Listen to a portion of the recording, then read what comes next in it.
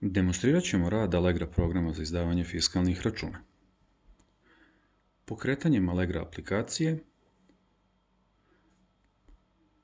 prvo je potrebno uneti PIN kod koji je fabrički podešen na 1, 2, 3, 4 i pritisnuti dugme prijava. Nakon toga, ukoliko je to prvi put da pokrećemo aplikaciju u toku dana, potrebno je otvoriti smenu. Kada otvorite smenu, dobit ćemo informaciju da smo u računu i kasa je spremna za izdavanje fiskalnih računa.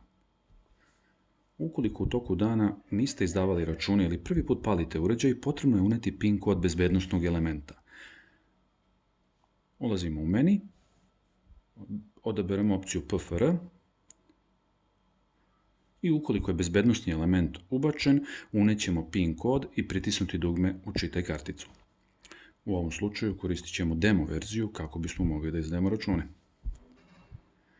Taster meni prodaja nas vraća u prodaju.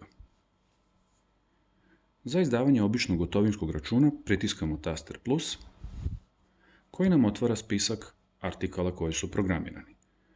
Možemo odabrati stavku, promeniti količinu, dodati još jednu stavku i štiklirati kako bismo to potvrdili. Ukoliko želimo da dodamo još nešto na račun, taster plus bi ponovo otvorio spisak artikala, a imamo i mogućnost pretrage koja se može raditi ili po nazivu ili po šifri. Taster X izlazi.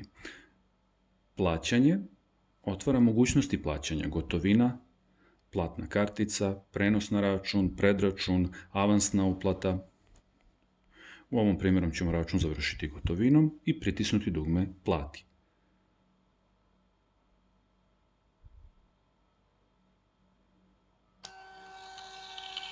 Kasa će odštampati fiskalni račun sa QR kodom.